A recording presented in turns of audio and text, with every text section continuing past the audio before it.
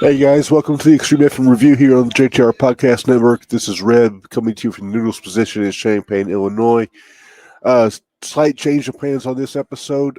We are still going to be doing our watch along of the May 19, 2000 episode of TNN, but that is getting pushed back a week. Life happened, whereas we were not available to record a full episode this week. So we're throwing up kind of a fun little bonus on our flagship show on this network, the Jumping the Rail podcast.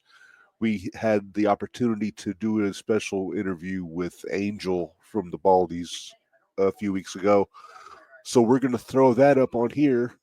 He's got some cool stories about New Jack, ECW, all kinds of cool stuff like that. So enjoy that for this week. And next week, we will be back with our regular watch along of ECW on TNN. So in the meantime, enjoy this interview with Angel. See you guys later.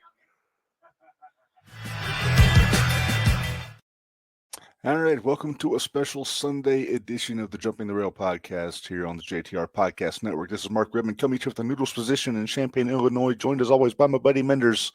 And you may as well call me Giddy Mindy today. It's Giddy Mindy today. And we're saving all the extra stuff for Tuesday. We're not doing Hoots and Judy's. We're not doing Name That Wrestler or anything because it's all about the interview today, Minderz. And this is a Minderz get, so I'm going to let you do the honors. Joining us tonight is the ECW original Kingpin, Angel Medina, King of the Streets. Oh my God, that's the best intro I ever had. You know, and Reb, quick question, man. I mean, do you do like auctions and stuff? Because I was like hearing in the back when I was like, what? No. Do we have a short time limit? No. Just once I get rolling, it just kind of going. We must be popular with the ladies or the way the mouth moves quick, you know. His wife likes him. There you go. He's popular. You know, women. Hey, he's good for something. You know. That's all you can hope for is to be good for something. Well, I appreciate you having me on the show. Thank you. I really, really excited to be on your show. I watch a couple of your podcasts, you know, and at work. Well, you know, I don't want to say at work. When I was on lunch, right? Yeah, right. I watched the show. That's about the way we listen to podcasts too. When we're at work. Work at lunch on break. The headphones. Not on company time. Yeah. Right. No, of course not. No. That'd be irresponsible. So we're really glad to have you on. When we scheduled this week, the news hadn't come down yet about Sabu last week, so we figured we'd just jump right into it. Yeah, absolutely. Condolences, of course. We know. Oh yeah, you know, I mean, Sabu was a cool dude, man. I mean, we were in like, you know, wrestling, you know, you have cliques, you know, I drove with DeVito and, you know, Danny Doring stuff, and then Sabu had his clique. I mean, but we're still family. And it's just heartbreaking because I saw him not this past weekend when I went to Philadelphia for that TWA show, and we chopped it up for a little bit, and you know, and then come home, and a couple days later, then he passed away, and I'm like, what the fuck, you know? Mm-hmm. You know, it's just shocking, you know. And the sad part is that it freaks us out because, you know, like I text Stevie Richards, of course, right. And I was like, brother, man, it's just the circle gets tighter and tighter and tighter, you know, and it just freaks you out. You know, it's just like if you had a graduating class of like 20, and then before the thing you know is like there's only 10 of us left, and you're like, oh Jesus Christ, you know, you just start thinking that the circle gets tighter and tighter, you know. Yeah. Well, especially, I mean, we actually reached out. We have one of the friends of the show we have is Bill Alfonso. So we Hey, Daddy. Hey, Daddy. We reached out to Bill Alfonso, Fonzie, to just check on him and see how he was doing. And we try to keep in touch with everybody, but yeah. Yeah, there's nothing wrong with that, you know, because you never know. Right. You always got to keep in touch with somebody because you never know. Today could be the last day. This could be our last conversation. You know, you never know. I might slip in the tub and choke on an apple. You know, you never know. You never know when things happen, you know, so you got to take every day like it's your last and enjoy every moment, you know. Yep. That's why I don't eat apples. Don't eat the seeds, you know, they're poisonous, you know. All right. Well, I am going to go into two of our regular questions, and I hate asking you typical questions, but at the same time, there might be some people out there No, don't well, I know. mean, absolutely. The carpet matches the drapes. Yeah, absolutely. You know, I mean, if you're wondering. Oh, and I guess it'll be the floor. 'Cause So hey, Let's first take of a all, turn. Rab wants to know if he can be an honorable member of the Baldies. Oh, Does he qualify? absolutely. I haven't shaved in a bit, so it's a little fuzzy. But Absolutely, man. You could definitely be one of the baldies. You know the funny thing about being bald, the true story. I used to shave my head like with the clippers, and you could still see the stubble. And of course, Paul was like, "Hey, keep the bald head, kid. You know, keep the beard," because I was going to shave it off. And then years, I'm talking the millenniums later, my daughter's like, "Hey, have you ever grown your hair out?" You know, and I shaved my head like I clipped it down to like when I was like 22. So I just kept it bald. So then I'm like, nah, you know, she goes, might want to see what your hair looks like, salt and pepper, since your goatee is a little salt and pepper. Well, just take a look at what your hair looks like.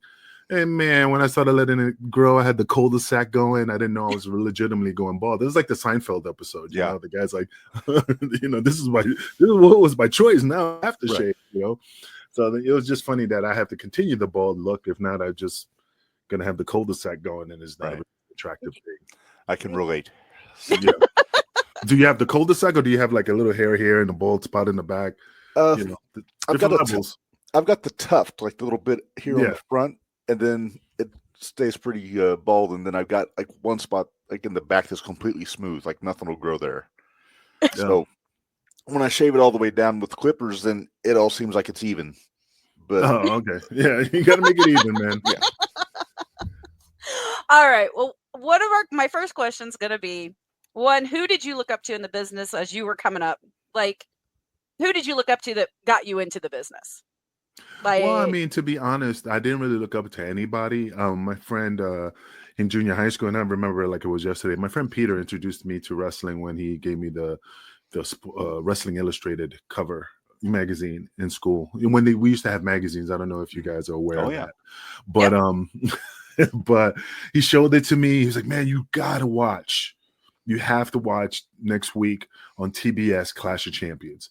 You gotta watch it." And I'm like, what's this? You gotta watch Sting versus Ric Flair, man. This is gonna be an awesome, And I said, all right, I watched it, and it was free. It was free on TBS, and I watched it that day. I remember it was Eddie Haskell and the guy from the Wonder Years, and Missy Hyatt was on ringside. See, I remember it. And I was like, oh, and that match like really got me into it. So if you really want to think of like the person that not admired, but just sparked my interest was that match with Sting and Ric Flair.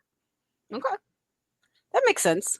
I'd heard you had a couple other guys that you had looked up to too, about like Eric Embry. Well, I mean, yeah, but that was like the after of like digging into the wrestling. Gotcha. Like, what really sparked my interest, it's like when you first see your first love, your first your first interest in women. And you're like, oh my god, and then all of a sudden you see other women.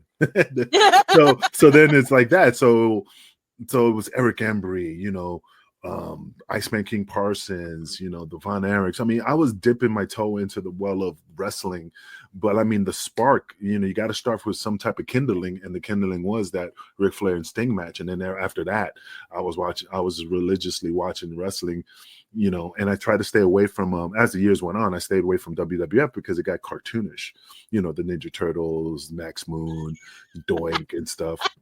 And I caught it once in a while. Sorry, my computer went out for a little bit. I must have not paid my bills, but yeah, so that's the thing. So I was really into the NWA, AWA, World Class, Puerto Rico, Japan. So I was just all into it. The Muda, Gary Hart. See, I'm just throwing out stuff that people I just caught, and I would spark my interest. Sounds a lot like what we do with just catching independents around the area and just seeing, okay, here's a new one we haven't watched yet. Should we go watch this? And we'll go check it out, see if it's worth it. And we do a lot of that. My second question is, how did you get into the business? I mean, we know you were trained by Johnny Rods, but how did you get your foot in the door? Well, after I sparked my interest with that, with the wrestling, watching it, I really wanted to do it. So I started looking into like wrestling schools. And at that time, you had to mail out to companies, not companies, but like Stu Hart. I mailed out to Canada. I remembered Adrian Street had a school in Gulf Breeze, Florida. I got a pamphlet from there. I'm just trying to remember the stacks I had. The Monster Factory was in Jersey, so it was too far. So all the schools were like very far. There was, I didn't have any information that there was any school nearby. So I was like, man, I won't be able to go. I'm not going to go to Canada. I'm not going to go to Florida. It was just. So one day, it was on Channel 5, Good Day New York, and they did a segment on wrestling, and Johnny Ross was doing a demonstration on the show, and of course, it was a little segment and stuff, and I think I can't remember who was in it, but I want to say it was like Taz and Dreamer at the time. And then I was like, man, oh my God, there's one in Brooklyn, and went straight to Brooklyn. I was 17. And when I showed up to school, Johnny, I couldn't afford it because I was a poor kid from Queens. So, and Johnny had this system, and I hate saying this the weird way. If he saw you and he's like, this motherfucker got money. And he'll say like full price of $3,000. Got to pay me up front. Yeah. But if you're a poor kid, regardless, white, black, Chinese, whatever, Hispanic, and he knew you were poor, he would put you like $1,500 payment plan. Nice. Because Kid USA, I still remember because Kid USA, he was an older guy. Older. I don't mean to get off track, but the funny thing, he was like, hey, this is like when I was like seasoned a little bit. He's like, hey, Joe, how much did you pay for the school? And I'm like, well, Johnny put me on a payment plan, so it was $1,500, and I paid him. Whenever time I had money, I gave it to him, and he wrote it off in the book. And he goes, $1,500. Shit, he charged me $3,500. And he goes, because you're white and rich. Because you're a contractor, you have your own business. He knew when the bread was buttered. You can't squeeze blood out of a rock. Right? So Right? but he can squeeze juice out of an orange. So he saw you and he started juicing with all the seeds and everything. And he's like, motherfucker. So but Kid USA got an opportunity, man. He was the stunt guy for Randy the Ram and the wrestler. He played the stunt, all the wrestling moves. That was him. Mm-hmm. He was in tons of movies. I mean, this guy had a good career behind the scenes in movies from wrestling. So he got his money back. Yeah, well, yeah, but he had paid up front. Yeah, he had to pay up front. So I'm just curious, after you started, did you go back and watch some of Johnny's matches from back in the day? No, not really, because I didn't have one of those like real cameras where I had to put the film in there and crank it and shit and just watch it like or just turn it and watch that movement. Yeah, but no. I mean, I watched some of Johnny's matches. When I got into it in Columbia Home Videos for WWF, Coliseum Video. Coliseum Videos. Thank you. Back in the days, I used to get them from I catch Johnny, in the wrestling because it was VHS. So I mean, I watched Johnny's matches. Yeah. But it's funny, Johnny, when I was into wrestling, I was so intrigued with the super medics when they were wrestling for Carlos Colon in Puerto Rico. He was one of the super medics. I didn't know that at the time. Okay. Well, Reb, I'm going to jump right into it because we've been watching TNN. Yeah. And we've been doing watch-alongs for ECW. First of all, I have to apologize to you, Kingpin. Because you did your job so well that I hated you guys. We had to do our job right. You had to do your job right, and you did your job right. So now it's gotten to the point where every time you guys come out, all right, let's watch. I think it was mainly DeVito. Yeah, it was really DeVito. It was really DeVito. But so we're going to talk. I'd like to talk about New Jack. And Reb, you have a picture. I do. And we want to ask you. We're just going to show you the picture. Sure. And then we want your first thought. Actually, first, I want a quick side question. Okay. What was the worst weapon ever used on you, and why is it a barbecue fork? Because that's what the fans gave him. Oh. That was handed by a fan. I had to get a tetanus shot. Oh, jeez. That was the worst experience I had. It was painful. I'm sure. No, I mean, it was painful. The words do not describe the pain that you experience, especially when it goes into the hip joint. and then it's stuck in that hip joint. You so know, he got you good with it. It wasn't just flesh. No, yeah, he got me. It went. You could hear that. How can I?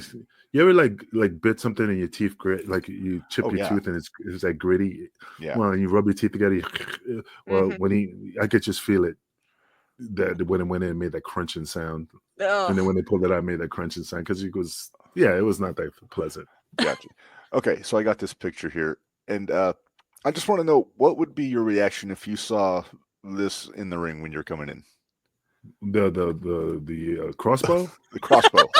He never had that with me, but I was always worried, you know. I'm always worried about situations, but Jack always took care of me, man. I never had that fork thing was a bad deal, and he came. The funny part is that, I mean, the way when he stabbed me, I hit that high pitch. You know, I mean, my voice is deep, but it really I shrieked.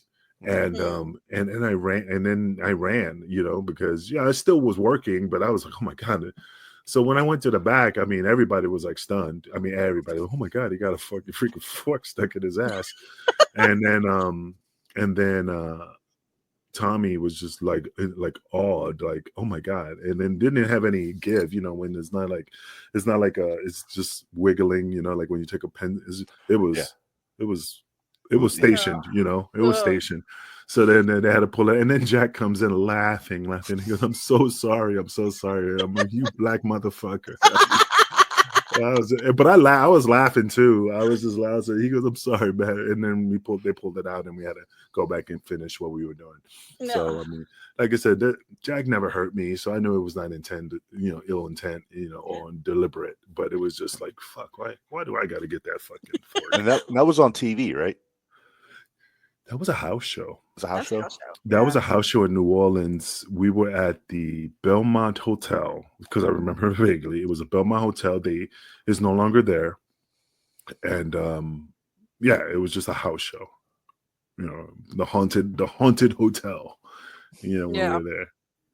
You know, everybody's freaked out about that place. All of us, when we have a group of 5 of us that are in like a wrestling group chat. It's friends, but yeah. We put that picture up and I think all of us just go, why? Why does he have a crossbow is our first question. My question was, who the hell gave him a crossbow? And who gave it to him? It's just always fans used to bring shit, you know. They used to always bring shit, and it was stuff like, I never saw the crossbow, but it was, you know, just tons of crazy shit. And you know, like I said, Jack was always, you know, he took care of, but there was stuff that he couldn't help that it still hurt, you know. Like a keyboard, you know, no matter, you can't pull a keyboard, you know, that hurt. Or when the leg of the keyboard comes out, you know, when the stand to prop it up 45 degrees, when he swings in and things clicks out and cracks you, because I got a little scar on my head from that, you know. Yeah, the vacuum cleaner to the nuts always made me just recoil when he had the guy on the ground with his legs spread out, put the cookie sheet over him, then take one time he took an actual like Hoover vacuum cleaner and just swung it over his head. And never touched me. Never touched me. But don't get me wrong. Hey, the thing is, there's still concern. You know, no matter what. Sure. I mean, I trusted him. He never hurt me. But I was always like, God damn it. You know, I was always concerned. I mean, it's just one of those things that I'm like, I got to take it for the team, and you know, and just pray to God. And I always was like trying to like scoot, you know, try to time it.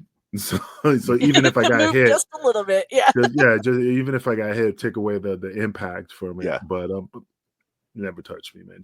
Jack was always professional. Like I said, it's hard for me to talk about Jack compared to other people. Like, this motherfucker was violent, he did this, he was crazy, he was that, and but I never had that issue with him. Now, don't get me wrong, Jack was one of those dudes where, never with me, but it would be like if you were talking to him, Reb, and you'd be like, and Jack is telling a joke. He was the fucking fucking Joe Pesci of fucking Goodfellas. You'd be like, oh my God, that's so fucking funny, Jack. You so funny. You oh my God, you so funny. And then the next day be like, what you mean you? Like, what you mean you people? Oh. You know, like he will be, it was just that weird. But if you clicked with him, like I said, I never had a problem. I never had a problem with DeVito. He hated Grimes. But from a perspective, yeah, I love Grimes, but from watching it from the outside, like watching him and seeing him interact with other people, it just always went sideways. Always went sideways. I remember one time we're in North Carolina, and this he was a kid trying to practice. He wanted to be in ECW, so he had a tryout, and he was wrestling. I forgot who the fuck he was wrestling. Jack, I was sitting on the other side of the arena in the chair with DeVito, and Jack is sitting on the other side by himself, because it's empty, and we're watching the guy wrestle. And he's working, and he's, slamming, yeah, I'm the greatest, and he slams the guy, and he looked at Jack, and he goes, "What are you looking at, boy? You don't want none of this, boy." And then we're sitting there, and I didn't think of anything of it, but Jack just looked at us. Like breaking the fourth wall. Like, did he just say something? And I'm still looking at him like confused, like, but you can see like his bewilderment in his face. I'm like, eh. So then we go to the locker room, and the kid sits next to me because it's time to get ready and stuff. And Jack just comes in and just punches him in the face, and the guy just falls between a bunch of like a clothing rack, and you see his legs sticking up, and Jack's over him just beating the shit. And then here come the boy, he's just stomping the shit out of him. Balls Mahoney comes and gets his licks in. Here comes PN News, comes in and starts getting his licks, and I'm just looking like, oh shit, here comes DeVito coming to get his licks in. What I miss? And I'm like, well, and I'm not the type, and I know I look the violent guy, but I get in and grab the guy and go, "Get out of here!" And I grab him by his shirt, and they ram him through, and I just threw him out the door, but I didn't hit him. And I just threw him out the door, and they threw his bags and his boots, and get the fuck out of here. And then Jack looks at me, that motherfucker calling me boy. What the hell? Because we're in North Carolina. Yeah, right, exactly. So it's all everything's just complimented each other like a nice Chianti and a fine wine. It's just everything balanced, So it just didn't. Yeah, it was funny moments. Yeah, that I'm sure that one did it so well. Yeah. I was just a very my character and who I portray and who I am are two different things. Me, I was always the quiet one. I was always like just mellow. I never did drugs. I never drank really. I was just a whore. I was just all about. No, it's true. I was single and I was living the rock side, and women was just that was my drug. I mean, hey, if you got to have a vice, it's either drug. That's the one I had. I mean, I was just hooking up in every town. And that's it. That's all I had. Well, because you were talking about like with chair legs and stuff, because that scares me out of all of the things that the guys do is when the chairs or the tables come into play and they don't get it turned over and the legs are standing straight up. No, I never had that issue. I heard stories about like one time Sabu did that, and I heard a story. I didn't see it, that one of the chair legs hit him here and kind of like impaled him a little bit, but I never saw a scar. So I don't know if that's an urban legend or I never asked him. But compared to what he did with the barbed wire thing, I won't be surprised. Right. Well, could have happened. It was super crazy, wasn't it, Red? Yeah. He did a moonsault onto I think table. It was a table. I'm trying to remember who he was wrestling. It might have been Doring. Okay. But he did it onto a table that was upside down, so legs were sticking straight up. And I swear he was gonna land on the legs, but he barely missed it. And this was on TNN, so I can't imagine trying to get away with that on TV. But there was no editing or nothing to stop it at the time. Right, exactly. And every now and then you see it today, like on like AEW. I think it was Omega on the pay-per-view.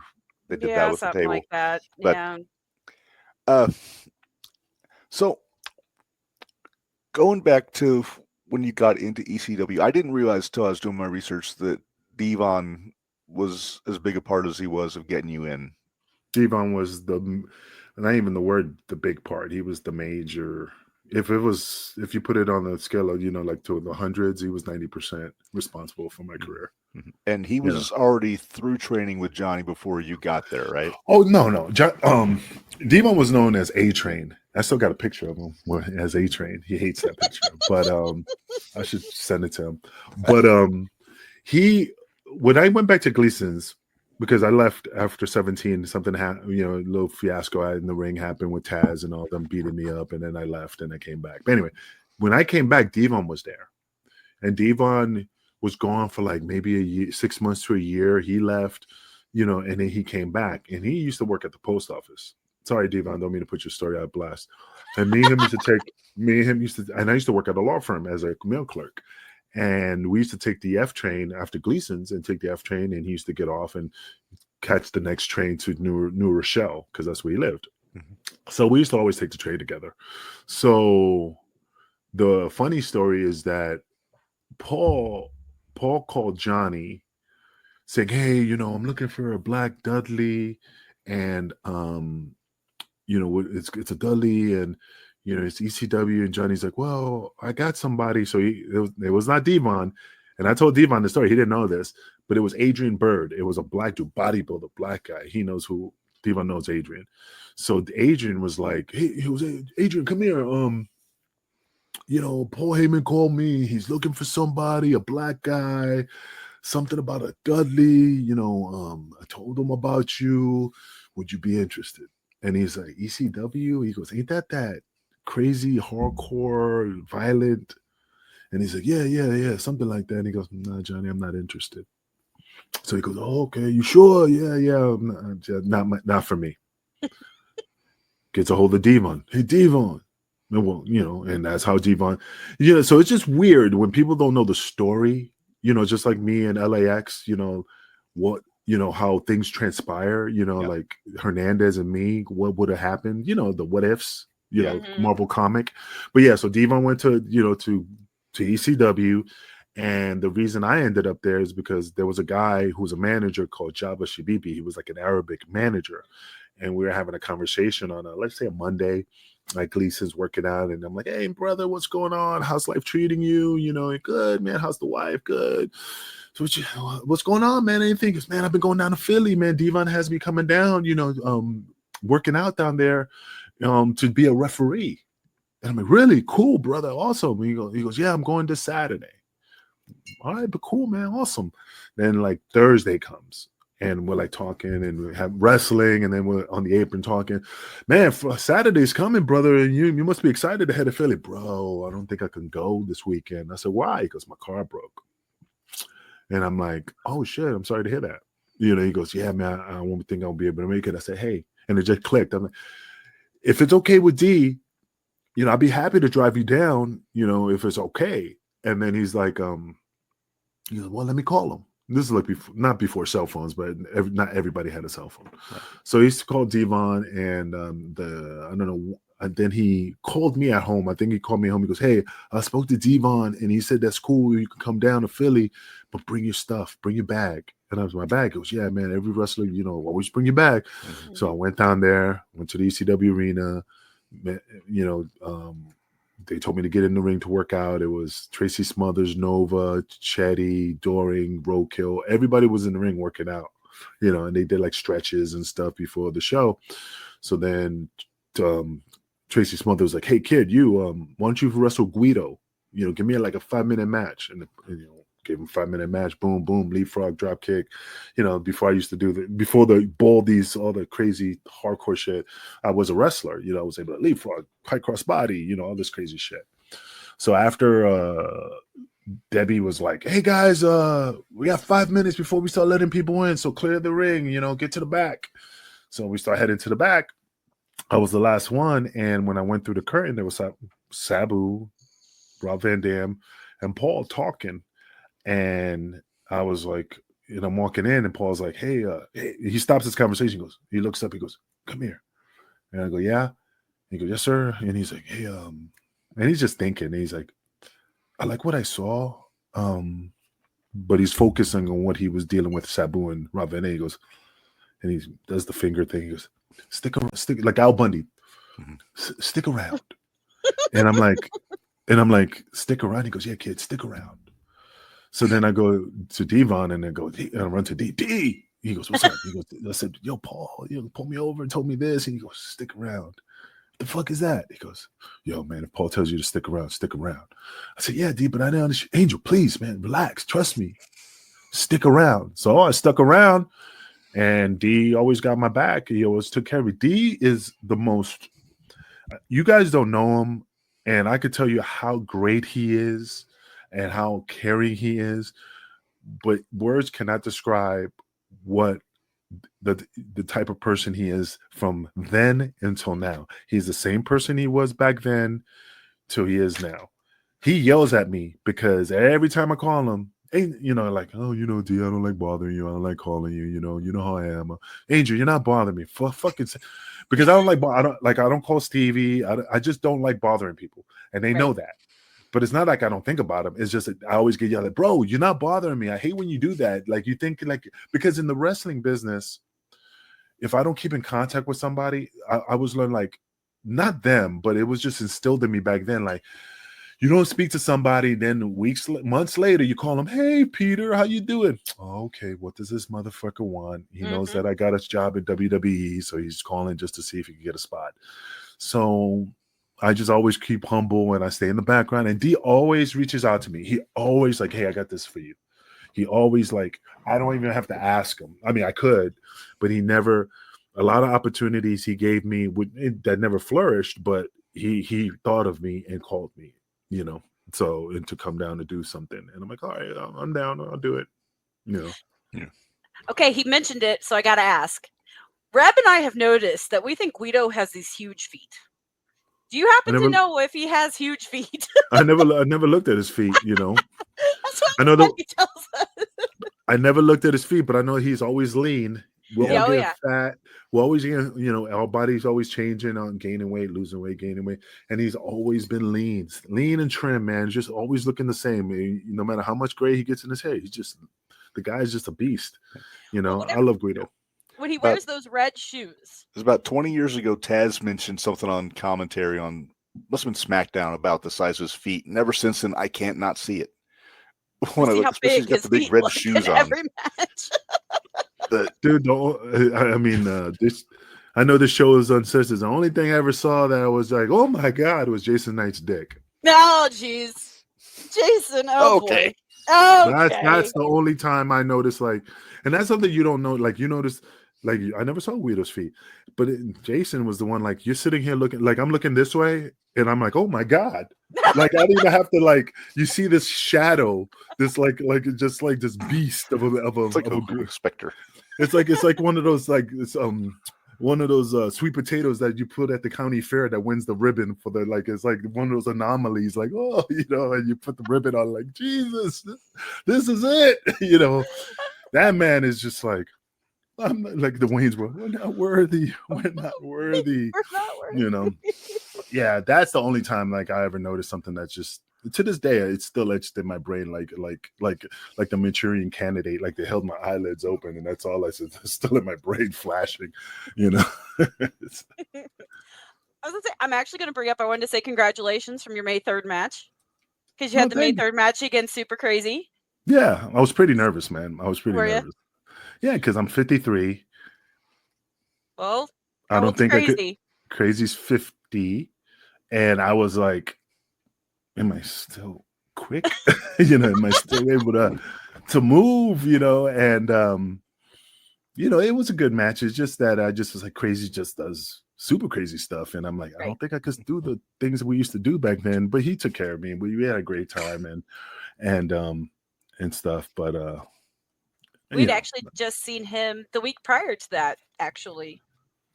Didn't we, Reb? The last weekend of April, yeah. Yep. We saw Super Crazy in a match at the Squared Circle Expo for Indianapolis. They have a wrestling expo that we met so many people. I mean, that's where I got my shirt, my Joel Gertner shirt. Yeah. We got to hang out with Blue Meanie. Shane Douglas was there. All a bunch of great guys. Yeah, bunch of great guys. So we had a lot of fun. But yeah, we got to see Super Crazy in the ring there. But yeah, I just wanted I saw that and I was like, well, we got to congratulate him on that. That's a win in his corner. So there you go. Yeah, like I said, I love Crazy. Crazy's a good guy, most caring person on the planet. Like I said, he's just, now he lives in Japan. He's just living a good life. He lives there now? Yeah, he lives in Japan. He has a kid. He has a wife. Yeah.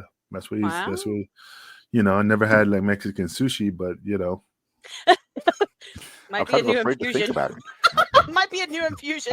We had a conversation, but I still didn't finish my conversation. Like, bro, why you stay in Japan? But he's working for Noah, I think it is. I think he said, and I think that is it. And he's just doing a good, he's having a great time. It's just that I'm like, and he just lived there and he's happy. And I'm like, that's cool, but that's just weird that living there. But he's, I guess some of that Tajiri influence rubbed off on him, and he got. Tajiri is a good dude, man. Tajiri is a good dude. Yeah, I could tell you he was a fucked up dude. I could tell you he was a good dude, but a lot of guys in ECW, all my friends, they're all good dudes. Yeah. Well, now there's the question: who's the fucked up dude? Don't put him on the spot, Minderz. No, I don't care. Grimes. I'm the official poster for a reason, Grimes. Grimes got a lot of heat. Yeah. And then you know what? And Mike Awesome. I didn't know that. Like, I like Mike Awesome, but some people just didn't click with him. Well, I know he had nuclear heat when he jumped to WCW. But he didn't have heat with me, man. I'm just like, mainly with Paul, but yeah, because he was still. Well, yeah. I mean, there's some guys that was pissed off, but I don't, that doesn't affect my pockets. You know what I mean? That, exactly. That opens a spot, so I have no ill will towards him. He jumps. I mean, what he did, it was fucked up. He could have been like, "Hey, Paul, I want to leave," whatever. Right. But and just keep it 100. But when he left, and I heard, I'm like, it didn't affect me other ways. But there was some guys who were like, "That motherfucker," and he was afraid. He was afraid for his life, because that's why if you watch the match with Taz, he came through the audience. He came with the head security from the WCW, whatever his name is, Doug Dillinger. Yeah. He came with Doug Dillinger, climbed over the motherfucking thing, wrestled, lost, and climbed right out and jumped in the car and took off. Because he thought, again, I can't speak for the boys, not for me, but he thought that he was going to get the beating of a lifetime from the boys. And I was fine. I was just like, it is what it is. No.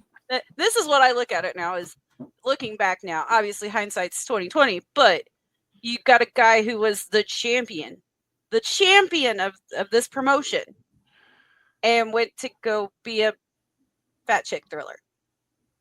That's why you went to WCW.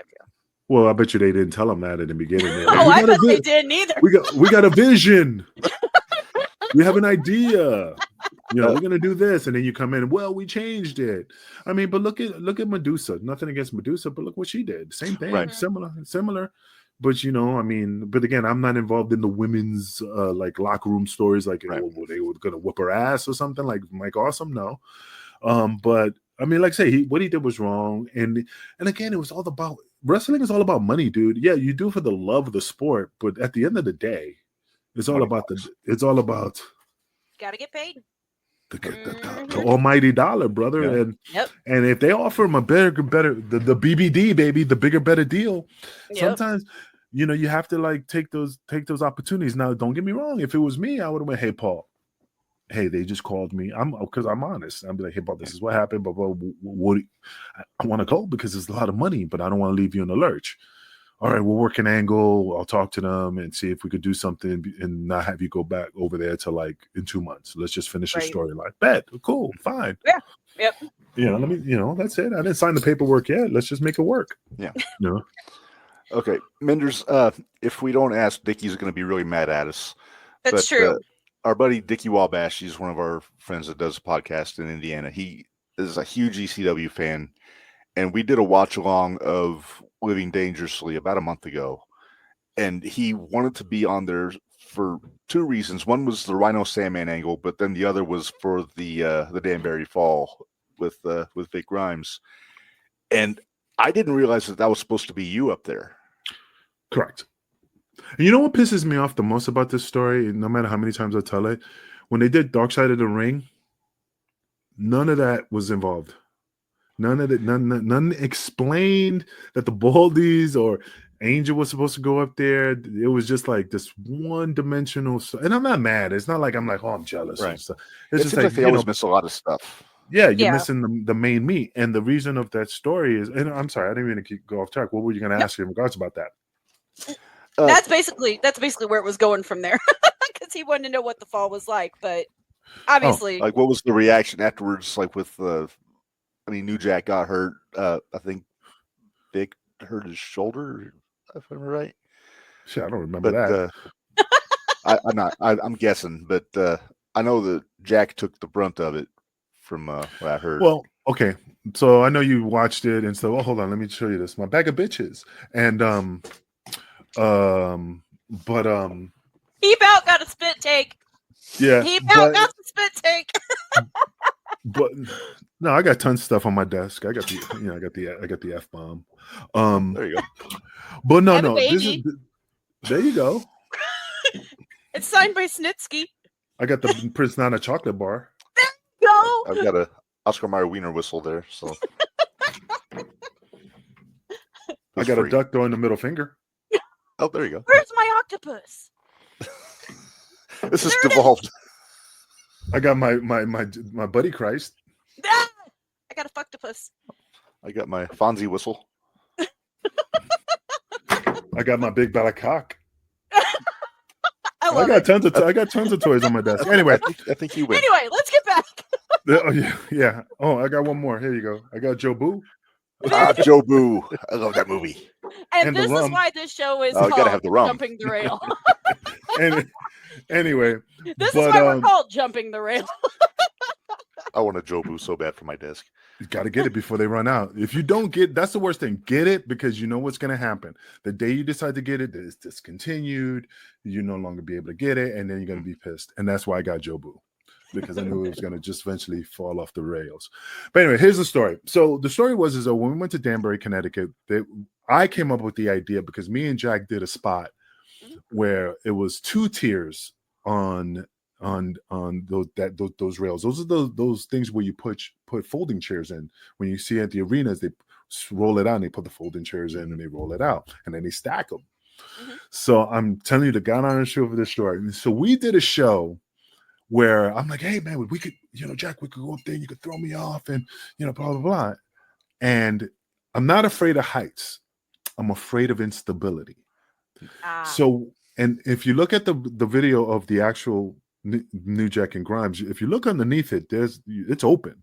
Yeah. Mm-hmm. There's only one bar that goes across, and whatever. And like I said, there's the lips. You put the legs of the chair. Mm-hmm. The folding chairs in that line. So when we went up to there on 2 tiers, and I'm like, I got up there and I'm ready, and I'm like, and it was moving, and it's just wiggling, and I'm like, holy shit! And Jack's like, all right, Angel, I'm going to throw you off. And I dropped to my knee, and literally, I don't even drop to my knees because there's no floor. I just squat like I'm female peeing in the bushes, and I squat and I grab his legs, and I'm like, holy shit, Jack, I can't. And he's like, what do you mean you can't? Oh my God, brother, I can't. And he just starts laughing, and he goes, all right, cut me off and you throw me off. See, that's how cool Jack was. See, everybody else's story is different. He would have got pissed. So I throw Jack off, and then I climbed down, and then they're fighting, Grimes and DeVito with New Jack, and I'm coming down easily, like real slow, like a baby deer, like a newborn. And I'm like, holy shit, I didn't know. But it was the instability. But anyway, so day of the Danbury show, I looked and I said, hey, I saw the 3 tiers. And I said, if you could put a piece of plywood to give me a floor, I'll be fine. I just don't like that insecurity, because if we're going to do a move, I need stability. Mm-hmm. So the ring crew was like, okay, we'll get the plywood to match that floor, and then we'll put it up there, and then we could do the move.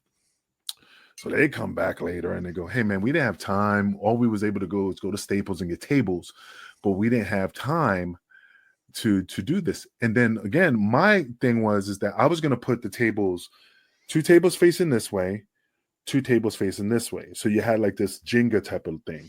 Right.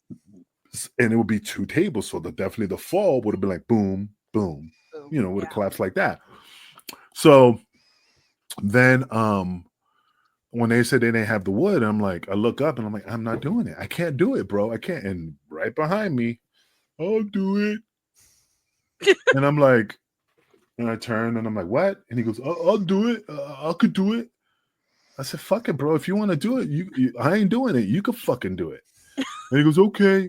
And then he didn't set the tables up the way I told him to set the tables. Like he set them up, boom, boom, instead of doing the crisscross and the two on the bottom. So, and that's what happened. And then when they were up there, Jack told us, like, hey man, this is the story. You know, we're all gonna get beat up. Everybody's gonna get laid out. Everybody's gonna get carried out. There's no winners, there's no losers. Everybody's just destroyed, and we just carry everybody out. So we're like, all right, bet. So we were all laid out. Vic was supposed to get laid out after the fall. Jack was already laid out because Vic landed on him. That was not a work. So what happened is that Vic, if you watch the video, Vic stands up and pounds his head and does this and pounds his and he's doing his thing. So then when he went to the back, he was like, they were like, yo, they rushed Jack to the hospital, and he's like, and instead of keeping quiet, he's like, it was Jack's fault. He didn't want to go, and I told he didn't want to do it, so I told him we had to do it. So since Vic was not really popular in the locker room because he was a loner from WWE, from being a kilo in WWE, they were like, and the only reason he lost his hair is because he dyed his hair white, and he started falling out. But anyway, I think it was. So then the boys went back to, yo, Jack. Like, tweet. Yeah, got the tubes in the. Yeah, Vic said. Oh, jeez. You know, so it got back to Jack that this is what Vic said, and then and that's the thing. I was like, Vic, you should just shut the fuck up. And Jack was, when Jack finally came back, it was at the Burt Ficklinger Center, and he came walked by me. We're in the locker room.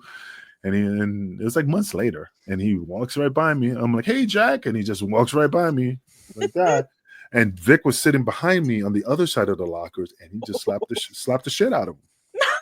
Literally, like, all I had was this crack in the locker, went forward, and it hit me in the back a little bit. And I'm like, what the fuck? And I stood up and I looked, and then they're like in each other's face. But Vic just stood up because he got the shit slapped out of him, but he didn't like stood up like, what the fuck you gonna do? He's like, yeah, what you gotta hit me for, man? I'll fucking kill you. I'll fucking cut you like a pig. And I'm just like, I'm just like, what the fuck is going on? What's going on?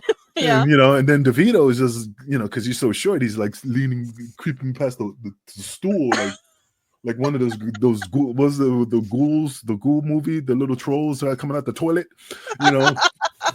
and stuff. Rob, it'd be me. Ghoulies? Is it Ghoulies? Ghoulies? Goonies. Goonies. Not Goonies. Not Goonies. Ghoulies. Oh. It was about these trolls, these little trolls. It was a horror movie. Now I'll send you the trailer. Now I gotta look it up. Anyway, so they got into a huge argument, and the story is that New Jack's music was gonna hit. He comes in, cleans out, because it was me and Tommy Dreamer. It was Tommy Dreamer in there, and Jack was like, "I'm gonna fucking kill him." He had a guitar, and he put an iron in it.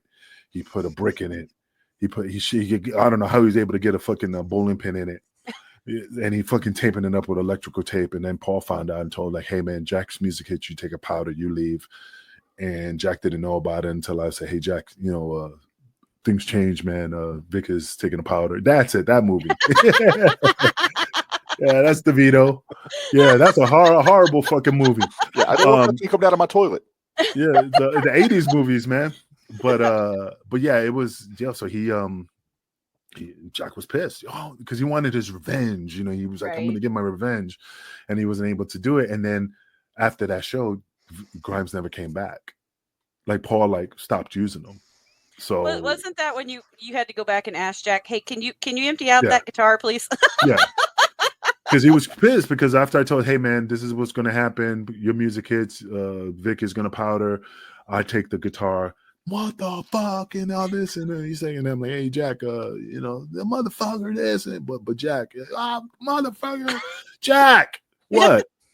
That's great, man, but can you take out the brick, the bowling pin, all that shit out of the guitars? You're gonna fuck me up. He goes, I got you, and he still fucked me up because all that tape, you've reinforced, fortified it, and still I was like, oh my god, but yeah, after that show, Vic never came back. And then Jack played the deer and the possum. He's just like, no, we're good. Oh, we're getting we're getting ready for that pay-per-view. We've got that pay-per-view coming up in a couple weeks. Yeah. We're heaven. Yeah. Shit Hardcore Grimes, Shit Grimes. And we was just like, DeVito gave him that name, Shit Grimes. And DeVito couldn't stand him either. DeVito couldn't stand him because he was just like the guy from Blazing Saddles, Mongo, yeah. He was harmless, or he was like the dog. The dog was, the Abominable Snowman in the Looney Tunes. I'm going to name you George. I'm going to make you George, and I'm going to cuddle you, love you, and cuddle you. Yeah. He was harmless, and he was stupid. And if he sees this, it's out of love. He just didn't know any better. It was harmless. He was not doing it intentionally. It's just, he was just not all there. And I understood that. But DeVito would be on his ass. Like, what the fuck, man? Look, Joe Pesci, I'm tired of your shit.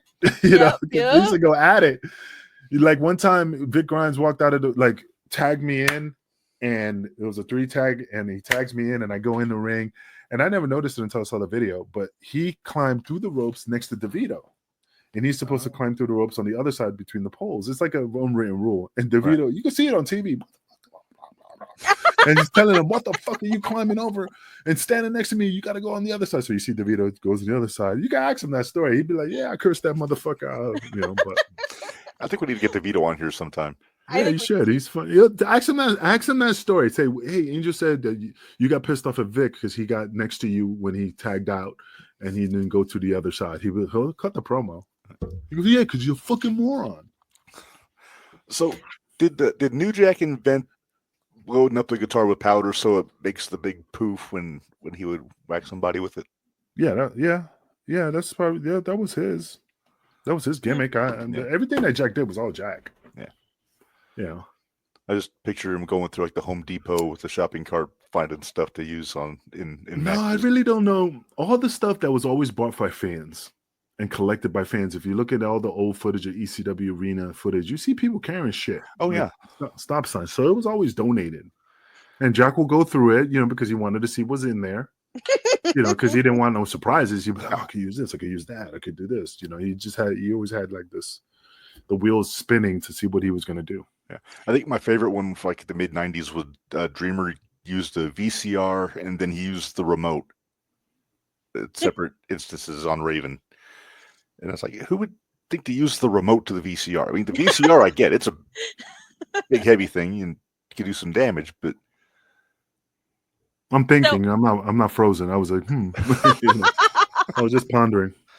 So I want to ask, because I know on one of the podcasts I was listening to, they had talked about you'd had some foot surgery about a year or so ago. What surgery? Your foot surgery? You had your foot fused? It was a partial fusion. I built a form of I can't even pronounce the word. It was a form of arthritis, no, but it's called arthrodesis. Okay. Of arthrodesis, something. So the heel, it was just like it hurt, like really, really bad. Like when I ran or jump rope, and then after I finished working out, it just get inflamed. And the heel is almost like having plantar fasciitis. Thank you. Yeah, it's like that type of pain. So, and I went to the doctor because it was like my heel was like tender and stuff, and he took X-rays and he said, "Yeah, this is what you have. It's just gonna get worse. It's just gonna get worse. But we could do this and fuse it." And I'm like, "Fuse it? I never had my ankle fused." And then he said, "Well, it's a partial fusion, and like I can move my ankle. I can't. There's certain things I can't do. Like you can tell that it's not gonna turn 100." Because there's 2 bolts in there, but like I could move it around, up and down, but like if this foot moves this way, this foot would just do this. That's it. Like, but you can't tell, right? So it's not like it's hindering me from like once in a while when it's cold, like if I move a certain way, it will catch on something. Like I feel something catch and I go, fuck, that hurt. But it's not like, oh my God, it's excruciating. It's just like a pinch. Yeah, so that's it. Well, the reason I brought it up was about 2 years ago, Reb? I broke my foot, and I was actually in a wheelchair for 7 months, so I had to have surgery on my foot. So I was like, I wonder if we were both undergoing surgery about the same time. I got it August of like it could be 2 years now. Yeah. So Right Mine was August 1st, 2023. Yeah, it was. Yeah, mine was like August, around there. It was August something. Yeah, but it was like I said, it's a blessing now. Like my God, but the process, the healing, your foot looking like Frankenweenie, and it was just very I had to take one of those nerve blocks when they did the surgery, and that freaked me out because I don't like being. I'm not a good in that. Yeah. No, I'm just not. I will never be a good candidate for S&M or bondage. I will freak out because I don't like to be restrained. Gotcha. So for 600 years, my people been restrained. I do not want to be restrained. So I'm not into that. So I didn't know I'd freak out because I don't like being right. So Minderz, I asked a question to Justin Credible the first time he was on with us. I'm going to ask Angel because I think you were there. Heatwave 2000 in LA. You guys?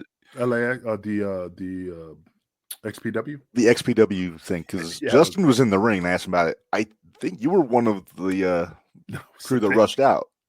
No, I wasn't. Oh. I was too busy talking to Conan.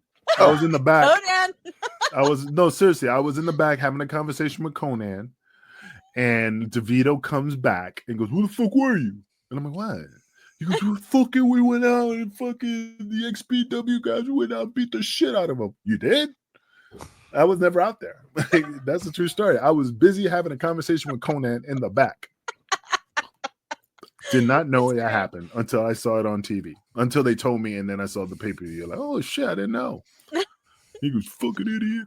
Yep, that's pay-per-view we've got coming up for our watch along. So that's the next one coming up. So those are the little things you don't know about. It's the one after the next one. Oh, it's the one after Hardcore Heaven coming up. Then we got Heatwave after that. Is that a banjo on your wall? That is a banjo on my wall. Do you know how to play it, or is it just for show? Sort of. I'm a guitar guy primarily, but when COVID hit, I was looking for a hobby, something to kill the time. So I got a banjo with the full intention of learning how to play it properly, but I never got around to it. I just tune it like a guitar. And how much does that run you, that hobby that you never took up? About, you know what, my buddy that I got it from, because he had a music store, so I got about $125. So okay, that's fine. That's losing money at a strip club. I thought you was gonna say like, oh yeah, $800 because the metal, $2,000 banjo. Yeah. The metal is from Austria and the strings are from Switzerland. So it's one of a kind. It's tailored to my hand. Oh no, there's no sentimentality on this. Just a cheap banjo. So no, I got you. I was just kind of like you see the background in mine. I see a refrigerator. No, that's a broken door.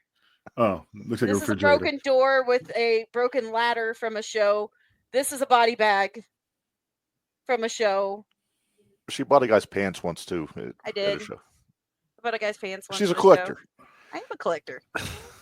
I knew a girl in Canada that collected this guy's bloody shirt and put it in a frame. Oh. And I was just like, interesting. But again, fans are fans, no judging.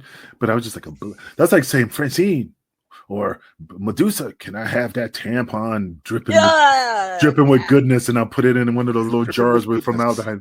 That's too much. Like the show on YouTube, Daily Departed, where they get like these oddities from like, oh, this is Brad Pitt's shit that they took out at one of the restaurants. Yeah, and, come on. This is New Jack's condom.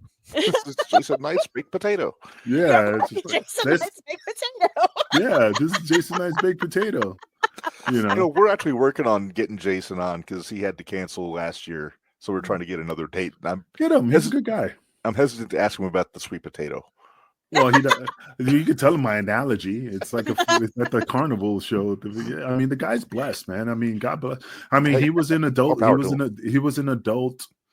When I got to know him, and he told me that he was the model, just the model. He never used the product. Mm-hmm. He was the model for a penis pump. They needed, the person on the box to like promote it. And I'm like, really? He goes, yep. I'm like, And he, like I said, he made his money. And I said, yo, take advantage of that. If you're gonna go to those the adult entertainment awards. They have conventions. I would go to conventions, and you have wrestling / former adult. There you go. Now I don't know the difference between adult porn star and magazine. Because I don't think, you know what I mean, like Hustler and stuff, like you see it, but there's no actual penetration. You know what I mean? Yeah. Like this comes down to acting ability, if I had to guess. Yeah, I don't know how the magazine's just posing and looking like you're doing something, or it's an actual movie and they just take clips from it and they just, at the same time that they're doing. But anyway, yeah, he said he was doing that, signing autographs and shit. Make that money. Yeah. Well, I want to ask you this. This is a question I've asked a lot of guys that were from like Attitude Era, that generation type. Do you think that social media now is a help or a hindrance to storylines? It's a hindrance because now there's no such thing as kayfabe. There's no such thing as mystery. There's no such thing as privacy. And I would say, when I say privacy, I'm not talking like your personal privacy. I'm talking like the privacy of like what goes on behind the scenes, Right. It's just weird that I'm from an era, and then when I was from that era, the guys from the 70s were like, "Yo, man, my era was," like everybody's era is different. Right. I don't like this business. I don't say I don't like it. It's just I bust my ass to get where I'm at, and it's a fraternity, and it's a clique. It is. You have to earn your stripes. And now, the Performance Center are taking athletes like, like lacrosse players and any girl, any guy, and bring them in and thinking they're one of us. And I don't think, you get your athletes, your wrestlers, like Gable and Kurt Angle and Ken Shan. That's the enigmas. Absolutely. Benjamin Shelton. Yeah, Benjamin Shelton. Yeah. But then you're a jerk, Reb. but there's people like in the ring where the old Angel, I was always nice, but you had I'll put you through the ringer, I'll make you work, I pay your dues. I'll beat the shit out of you, because I got it. I got the licks. That sounds like carryover from Johnny. Yeah. Well, what it sounds like is exactly what it should be, in my opinion. I feel like the new guys should have to come up and go through a stiff match. I mean, people are gonna hit hard. You're not gonna have everybody that's gonna cater to how you want your match to go until you're somebody with a lot of experience, a lot of pull. If people are paying money to see you, you're gonna have more of a say to them most. Well, it's like that. It's also like this. Back in the days, everybody went to a different school. Johnny Ross, Larry Sharp, the Hart Fund, Stu Hart School, right? Everybody had a different style. Everybody learned different, And when you got in the ring, it was an art. It was just, you saw different styles. Now you got this cookie cutter company, and I'm not making fun of them, but everybody's learning the same thing, the same runs, the same rolls, the same bumps. And I know Johnny, I know Deborah, I know Rhea Ripley. We all grew up together. We all trained together. And then you get in the ring with somebody you never wrestled before. And you're like, you're just like, oh, I don't know what you want to do. What, you know what I mean? Like, it was just a dance. You just knew you had the skills and you was able to perform with anybody. Right. And I just think like they just not saying control. It's just, I just don't see it. I just see everybody's going through the same school. You got to sign up. Everybody's doing the Hindu squats. Everybody's doing, it's just, I just like whatever, like Bill DeMott's from Gleason's. He was Big Sweet Williams before he was Hugh Morris. I knew him before that. So when I watch those shows and I see the guys that came from Gleason's, like, yeah, do this. And, I'm like, man, whatever, dude, it's just, I don't know. I mean, and I know that's what WWE wants and he has to do what he's told, but it just doesn't make any sense. Yeah. I hear Bubba on Busted Open always talks about how he runs his school, like more of the old school style, kind of how he was brought up. And there are some people that went from his school to the PC and they're able to kind of fuse that old school style with the cookie cutter style, for lack of a better term. But then you got the guys that train with Booker T, and you got the guys trained with Lance Storm.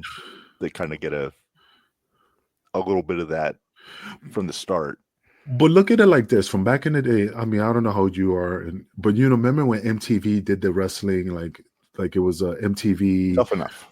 No, yeah, but it was before that. There was like they had it at the building in Times Square on the floor. Shotgun Saturday Night. No, it was No. You just gotta look it up. But it was the it was on the one of the floors, and it was like a tryout, and people were there, and they cut promos, and they had all these people come in to audition. It was right before Tough Enough, and then Tough Enough came, and then look how they treated Maven. Like, this motherfucker didn't pay it. Look at how they treat the guy who was the UFC fighter, almost broke Kurt Angle's arm. Peter. Yeah. So Peter, you don't get the. I'm not making fun of it. It's just at the time you didn't get respect, and then I'm not doing that. I paid my dues. I'm not going to do that because I'm not going to put myself in that situation. And now you got the new one with Bubba and Booker T and Undertaker. Let's fucking go, LFP. Yeah, and then these guys are doing Mickey James telling them like, oh, I'm disappointed in you. And I'm not knocking her. I'm just looking at it like.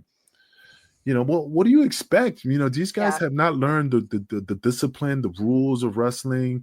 There's a psychology in wrestling, and these guys don't know shit. They just think they're going to come in and pretend to be wrestlers until they get, and you yelling at them, telling them, it's just, you learn from school and you build yourself up, your foundation, and then you go into WWE, and then you learn a different type of etiquette. Like Tommy Dreamer told me one time, I was like 7 years on the indies. And that motherfucker told me, which I love him to death, but he goes, today is the day you pay your dues. What? Motherfucker, 7 years? You telling me that all that don't count? Today is the day you pay your dues. So that's the thing. So, like I said, I'm not saying I shouldn't have no respect for them. It's just a different time, and it just puts a bad taste in my mouth because of the stuff I went through. And these guys are just I'm given the opportunity, and I had to earn the opportunity. Right. You know what I'm saying? Yeah. I got one more question. We kept you for over an hour, and we really appreciate the time. I'm not going anywhere. So something I heard you say in an interview talking about black is beautiful. Well, of course. There's that. Just of course. Somewhere always popping Minderz. No, wait. So so we have to tell if we're going to go that route. Let's talk about Mama for a minute. Okay. Because my mama has just become a wrestling fan. Mama has a type. She has a type. She has her favorite wrestlers are Camaro Jackson. He's an independent from around here. Big black guy. Calvin Jackson. Calvin Coco. Athletic black guy. Yeah. Cobra. Devontae Knox. Iron Cake's black guy. Hey, she likes chocolate. There's nothing wrong with that. Chocolate. And then she has this other one. His name is Joey O'Reilly. He is the whitest white boy you've ever seen with red hair. And she likes him. I'm like, what? When you make a sundae, you got the chocolate, and you got your white and the red. I know, but still, I was just like, yeah. See, there he is. Can you tell how thrilled I am to be shaking his hand? And I'm so thrilled. That's not my mom. No, that's not my mom. Okay. That's not my mom. I think your mom was outside of the room at that point. No, she was next to me on the other side. Oh, so what was your question before I interrupted you? Yeah, sorry. Rep, go ahead because you were talking. I was just talking about Mama's type because black is beautiful. What was he saying in the interview? So I was going to say, you mentioned something in an interview about the time you got punched in the face by Jack Victory, and Jack's a friend of ours. He's been on the show. He punched me in the face. This is like early on when you were making a run in on something, and I'm just incredible. Yeah, and this must have been what, early '99 at that point. 98. Yeah. I mean, I was the Spanish Angel at the time before I was Kingpin Angel. Gotcha. Yeah, but yeah, when you said Jack Victory, that's kind of piqued my curiosity because we've had him on the pod before. Yeah, I love Jack. In his truck, by the way. He was in his truck. He had on his little headset, was sitting in. He drives a pickup. He drives a semi. Yep. Right on. Yeah. Yep. But okay, Reb, what was your question? What was your question? It was more of an observation more than anything. Oh, okay. was like, "Where's the question?" He didn't check Jack Victory. We had to talk about how much we love Jack. Well, I came out to do a save. It was just and he just laid it in, right? He just punched me right in the forehead, literally, and I just dropped. Yeah. But it's not like Jati knocked me out. It just like hit me and I just fell on the floor. Like, damn, this motherfucker just punched me in the face. Yeah. But anyway, it's just pay my dues. Yeah, it's part of the business. I didn't take it personal. Yeah. Well, Reb, like you said, we've kept him. Are you done? Because we've kept. Okay. I think number one, we gotta have you. Question you want? We're gonna have you back because we've just scratched the surface with you. There's something else we need to talk about, but I think we're going to save it for the next one. I do want to. I think I'm comfortable thinking you're okay with me extending this invitation, Minderz. But we do an Extreme F&N Review podcast where we talk about ECW on TNN and the pay-per-views, and we do like a watch along of it. I want to invite you to do, when the time comes, to do the watch along of Guilty as Charged 2001, which was the last pay-per-view, because you and DeVito were kind of spread all over that pay-per-view. Yeah, that's fine, as long as I get my peanut M&M so I can watch it with you guys. So. Yes, you will get your peanut M&Ms. I sent you a message about that, by the way. You need to check your messages. What's on what, on which one? Instagram? Insta, yeah. All right, okay, I'll take a look. I was just messing with you, like I said. But see, like, I don't charge. Like, see, everybody has, Just Incredible. Everybody. I don't charge. You know why I don't charge? I might charge you like a bag of M&Ms or maybe a bag of chips. Just for shits and giggles. Right. But I do it because guys like you keep me relevant. I appreciate people who even think that I'm somebody, and it's just an honor to be on people's show. So I don't go like, oh, whoa. 500. I just don't see that. Me, if you go, hey man, if you want to buy me some Snickers, and I'll send you my Amazon account. That's fine. If you want to buy me something simple, I'm just, a gift card to Pizza Hut. I'm not that hungry for because you guys are doing this for your love of the sport, and I appreciate you guys having me on. So anytime you guys want me on, we'll fit it in my calendar and we'll get. Yeah, we'll get it worked out. When's your thing? Drops every Friday. It drops every Friday, but we can record it on different days. Well, it's not that big of a deal. Remember I told you. I know your situation. Yep. The 26th to the 9th, man. I am free. I'll be watching. I got a lot of movies to watch. A lot of binging. There you go. A lot of binging. Another thing I wanted to bring up, Reb, did you know that he helps out with the Shriners and stuff in his local area? Oh, I didn't know that. And a lot of the cancer kids. Yeah, does awesome. A lot of that. I heard that and I was like, I want to bring that up because I just think it's great when the guys, when you reach out to the kids that look up to you, maybe not necessarily look up to you, but think of you as being somebody strong they can look up to. And, and I've done a lot of that. Like when I wrestled, and I went to like hospitals to help out kids, because they get excited for stuff like that. And I'm pretty like shocked when they like, they're just happy, and that's the thing. Here's the picture of Nana that he did when I first started. Oh my goodness! Yeah, so I'm just looking at my phone to see if I can find one photo of Jack Victory. But yeah, I enjoyed. Yeah, here it is. That's me and Jack Victory. Nice. When he had that broken leg gimmick. Right. But anyway, yeah, I love doing things for kids. It just makes me happy. Yep. I'm the kid magnet in our group of friends. It's kind of ridiculous. Yeah, but anytime you guys want me on, just give me a holla. Like I said, I work second shift, so anytime, and when I get back to work after this week, then it's just the weekends again. But I'm good looking on my Instagram. Okay. Well, why don't you tell everybody where they can find you on social media and your other podcasts that you do also? Oh yeah, you can find me a.medina 262 on Instagram. A Medina, I think it's a. I don't know. Probably on Facebook because I just change it up. It's the Age of Medina is always there, but I'm easily found. I don't hide or anything. But also I got my own podcast. With the gentleman, and so it says it at the bottom, but just in case, is Ringside Risk with the Kingpin, of course, because I get the first top billing because I'm the celebrity, and the gentleman, and we're on a Cheap Heat Productions podcast network. We kind of like separated from Hannibal TV, nothing major, it's just different venture. Yeah. So, but yeah, definitely catch us on Ringside Riffs, and we just sit there and talk shit and crack jokes, and and me complain about Dutch Mantel and shit. Which we will get into next on time the we have you next on. We're going to get into podcast. Dutch. That's it. We're going to focus. That's going to be all. It's going to be all Dutch Mantel. No, never mind. I don't want to give him that much time. Yeah, you put that motherfucker on so I could just curse him out. I would love to see his ass choke the shit out of him. Yeah, but yeah, I'll send you that information once I get on my Amazon. Okay, sounds great. All right. No, but hey, guys, I appreciate you guys, having me on. Like I said, anytime you guys want me on, or if you need me to reach out to somebody that you can't, and I have that, if I could do it, then I'll be happy to do it for you guys. We appreciate it. We definitely look forward to having you on again. Yes. But for the next show, I don't want no M&Ms. No. What, 2 Snickers? No. 2 Snickers? Okay. What do you want next time? I want Reb to play that banjo for me on the show. Reb. That might be. That's my fee. That's his fee next time. That's my fee. I mean, I need a couple chords, brother. A couple chords. Can't hear it really great because I don't have. Look at that shit. Now that's the shit that will fuck me up if New Jack hit me with it.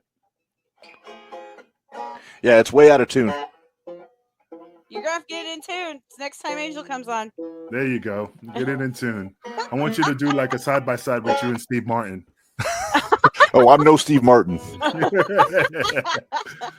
But again, man, I really appreciate you guys having me on. Like I said, we appreciate you. I'll tell you what. When I sent you a message, Reb's like, "Why don't we try?" I said, "I'll try." Okay, fine. I'm better with this. What, and when you would you play that and then drink a glass of wine on one of those like Italian boats? Oh, that's the fancy mandolin players. I'm more of I'm from the woods. So. Hey, you know what? If you're gonna play something, why don't you do the one from Star Trek, the one that Spock used to play in whatever that gimmick he used to play in Star Trek? Oh, the theremin, whatever it was. Whatever. We don't know what it is, Reb. You know what it is. Oh, it's Star Trek, but I'm not a Trekkie. I remember him in one of the episodes playing that little gimmick. It was a Vulcan gimmick. Something or other. Yeah, you'll have to find out. I want to say it's a harp, but it's not. All right. Well, Angel, thank you so much again. And we really appreciate it. We'll definitely be reaching out to you again. Yes. So. No, thank you. I greatly appreciate you having me on. I'll send you that information. M&Ms. Okay. Gotta pick up. I only want the green ones. Gotta pick them out. Well, that's going to be hard to do, but okay, I'll do it. That's what you want. That's what I'll do. No, I appreciate you. Thank you. Peanut or peanut butter? Which one? Ugh, peanut. Okay. Well, okay. My dog likes peanut butter. That's too different. That's a different story for the next show. All right. All right. Well, Angel, thank you very much. Take care, man. Say bye, Nana. Bye, Nana. Bye, Nana. Bye, Jobu. Take care. See you later. Have a great one. Bye-bye.